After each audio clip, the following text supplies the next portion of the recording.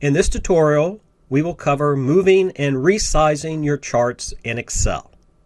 Please open the file O2 Move and Resize. Usually you'll have to adjust a chart after it is inserted to ensure it doesn't cover up data on the worksheet.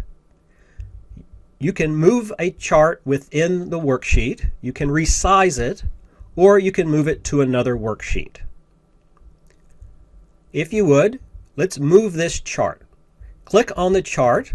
I usually recommend clicking in a corner to make sure you don't select any of your columns or data fields.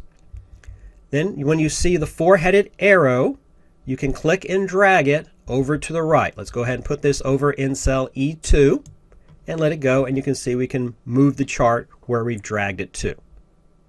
If you need to resize the chart, you look around the corners and the edges and you'll see our little move handles.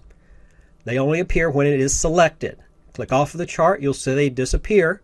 Click on the chart, you'll see they come back.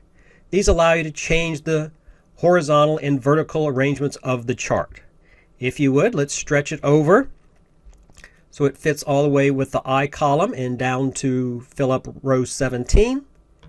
And you can see this allows us to resize and set it the size we want it to be.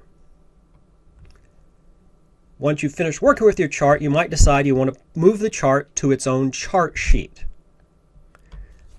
To do that, you'll go up to the Chart Tools Design tab, and on the right-hand side, look for Move Chart. Click on Move Chart, and you'll see it's currently an object in the Excursions worksheet. Let's put it on its own sheet. By default, it's called Chart 1. Go ahead and click OK, and you'll see it's on its own chart sheet for us to look at.